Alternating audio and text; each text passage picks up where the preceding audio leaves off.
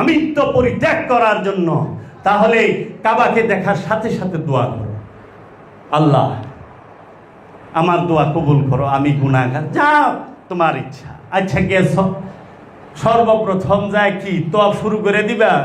না, রাগ, হাজার আসদের সামনে যাও, চুমা দাও। চুমা দেওয়ার লাগে না হাজার আসতে? হাজার আসতে চুমা দেন কে? হাজার আসতে চুমা দেন কেন? ওটা কি আল্লাহ? হাজার আসদ তো আল্লাহ না। হাজার আসদ কি? গায়রুল্লাহ। আরে এরা তো এটাই বুঝে না, আল্লাহর ভিতরে কি, আল্লাহর বাহিরে কি। আল্লাহর ভেতরে কোন জিনিসটা আছে, আল্লাহর বাহিরে কোন জিনিসটা আছে। আল্লাহ যেখানে বলতাছে ইউসাব্বিহু লিল্লাহি মা ফিস সামাওয়াতি ওয়া মা ফিল আরদ, আসমান জমিন যাহা কিছু আছে সমস্ত কিছু আমার তাসবিহ পাঠ করে। আমা খালাকতুল জিন্নি ওয়াল ইনসি ইল্লা লিয়াবুদুনি, আমি কি জিন এবং ইনসানকে আমার দাসত্বের জন্য তৈরি করি নাই, ইবাদতের জন্য তৈরি করি নাই? প্রশ্নবোধক কেন? কারণ মানুষকে সীমিত স্বাধীন ইচ্ছা শক্তি একটা মন দিছে, এই মনে চাইলে করবারও পারে, নাও করবার পারে। এর লেগে মানুষ বেশিরভাগ, অধিকাংশ মানুষ অকৃতজ্ঞ, জালিম। কেন? তারা আল্লাহর ইচ্ছায় চলতে চায় না। সবাই ইচ্ছায় অনিচ্ছায় আল্লাহর ইচ্ছাই চলে, তাগু ইচ্ছা অনিচ্ছায় আল্লাহর কিছু আহে যায় না। সেজদা করণই লাগবো, সেজদায় থাকতেই হবে। কিন্তু মানুষকে স্বাধীনতা দেওয়ার কারণে মানুষ কখনোই আল্লাহর ইচ্ছা চলতে চায় না, নিজের ইচ্ছায় চলতে চায়।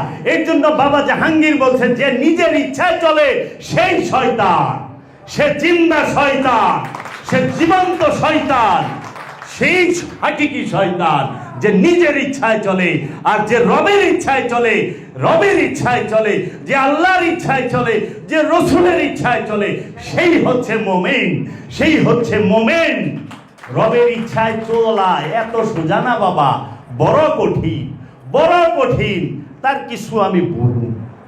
তাহলে কাবায় গেলাম, হাজার আসওয়াদে চুমা দিলাম, কয় চুমা দেওয়া বলে শিরক বেদাত। আমার চাচি তাবলিগ জামাতের অনুসারী, বড় চাচি, ঈদের মধ্যে গেছি সালাম করবো, কয় বাবা আমার গুনাহগার বানায় না। আমি কি সাম্মা?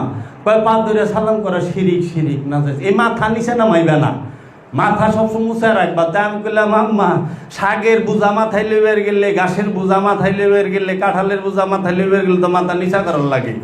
কি করু মহন এই রইল, তা মাথা তো নিচা করন যাইব না। মাথা নিচা করা বলে শিরক? মা এটা তাজিম। কারণ আপনি যে সেজদা চিন্তা করতেছেন ওইটার কতগুলো শর্ত আছে নাকি মাওলানা সাহেবরা? নামাজের সেজদা শর্ত আছে না? কতটি শর্ত আছে? এই শর্ত পূরণের পরে পয়লাই নিয়ত, তারপরে কেবলামুখী হওয়া, আকামত দেওয়া, রুকু করা, সেজদা করা, আরও কত ফর্মুলা আছে না, সূরা কেরাত পাঠ করা। তাইলে আমি তো এইটা করবার লই নাই। এখন আপনি হাজারে আসওয়াদে চুমা দিছেন, হাজি সাহেবকে কি মাথা নিচা করার লাগে না? আবার হাজারে আসওয়াদ দেখেন কাবার সাথে অ্যাটাচ করা, তাহলে কাবা আল্লাহ না, কাবা আল্লাহর ঘর। এখন হজ কাকে বলে? বাবা জাহাঙ্গীরের দর্শন। বাবা জাহাঙ্গীর বলতেছে হজ শব্দের অর্থ কি, হজ কাকে বলে? আল্লাহর গুণে গুণান্বিত হয়ে যাওয়ার নামই হচ্ছে হজ। হজ কি? আল্লাহর গুণে গুণান্বিত হয়ে যাওয়ার নামই হচ্ছে হজ। বাবা জাহাঙ্গীর বলে দিতেছে। এখন আপনি তো হজ কইরা আইলেন, হাজি নামও ফুটাইলেন, আপনি কি আল্লাহর গুণে গুণান্বিত হইছে? আল্লাহর গুণ কয়টা আছে হাজি সাহেব শরীরের মধ্যে? আল্লাহর গুণ কয়টা আছে হাজি সাহেব মনের মধ্যে? আল্লাহর গুণ কয়টা আছে হাজি সাহেব কর্মের মধ্যে?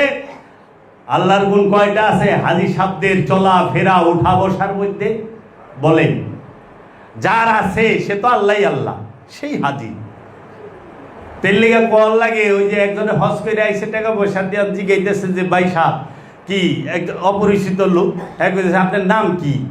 আমার নাম হাজি আব্দুর রহমান। কই কি এইটা আবার কি মুন নাম? বাপ দাদা তো রাখছে আব্দুর রহমান, হজ করে আইসে থেকে নিজেই হাজি লাগাই লিছে, কয় আমার নাম হাজি আব্দুর রহমান। তখন যে আপনার নাম কি? কয় আমার নাম নামাজি আব্দুল সালাম। হ্যাঁ উত্তরে কইতেছে আমার নাম নামাজি আব্দুল সালাম। কয় এটা আবার কি মুন নাম? আপনি একবার হজ করে লাগাইছেন হাজি আব্দুর রহমান, আর আমি দিনে 5 বার নামাজ পড়ি, তা আমি লাগাইছি নামাজি আব্দুল সালাম। তো সমস্যা কি? অহন এই হাজি সাহেবের সমস্যা হয়ে যায়। অহন আবার বদলি হজও করায়, বদলি হজ করায় না? হাজি জ্ঞান হাজি সাহেব, এই হুজুর আমার হজটা বদলি করে দেখেন, দৌড়ে জায়গা আমার বাপের হজটা করে দিয়ে এই কেরানীগঞ্জ জেলার একজন গেদাবালির হজ এক মূল্য হিসাব করে দিছে, পরে হয়েছে হাজি গেদাবালি। তো এখন মরণের পরে বদলি হজ করে দিছে। বদলি হজ হয় কিন্তু বদলি নামাজ হয় না।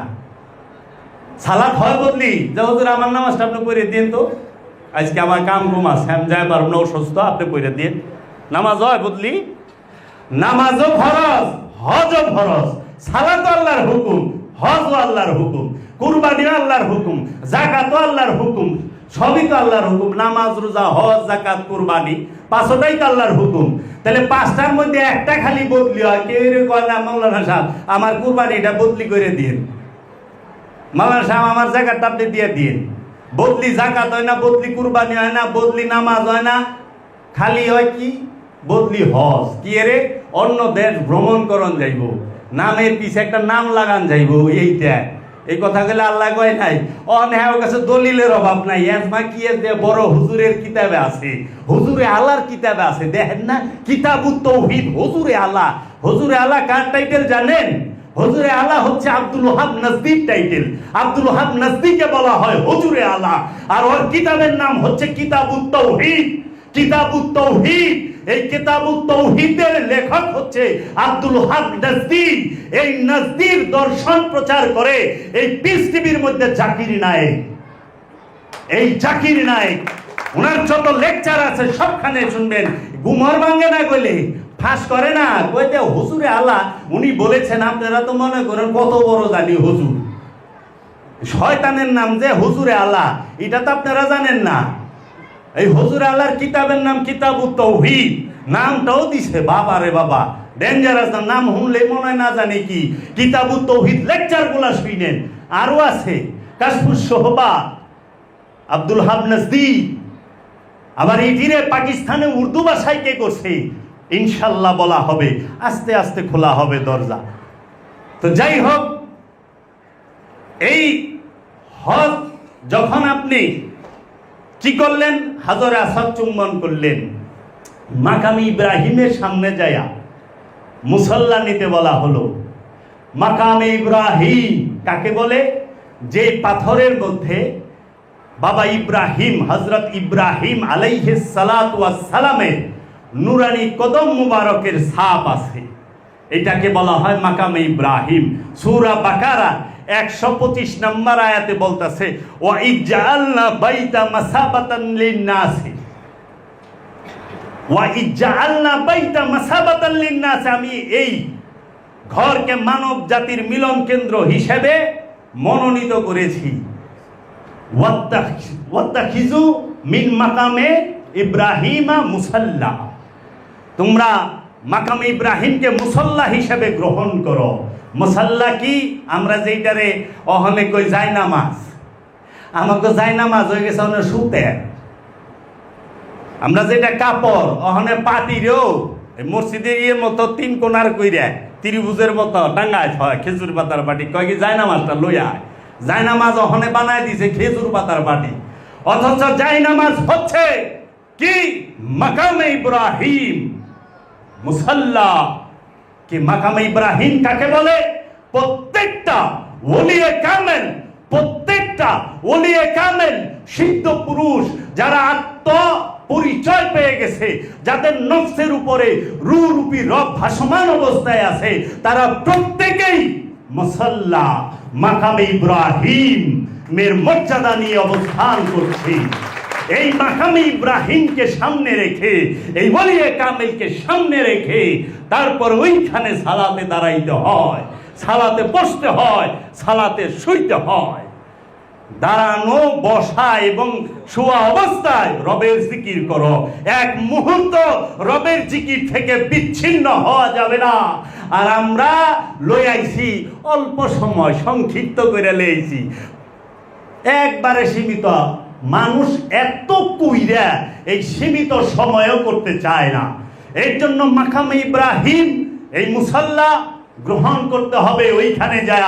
আবার দেখেন শরীয়ত কি বলতেছে, যে তুমি মসজিদুল হারামের সামনে নামাজ পড়ছো, ওর থেকে অনেক মর্যাদাবান হচ্ছে মাকামে ইব্রাহিমের সামনে 2 রাকাত ওয়াজিবুত তাওয়াফ, যে নামাজ পড়া হজের, সেইটা এইখানে পড়লে পরে অনেক সোয়াব, অনেক সোয়াব, যেটা হেরেমের সামনে পড়লেও নাই।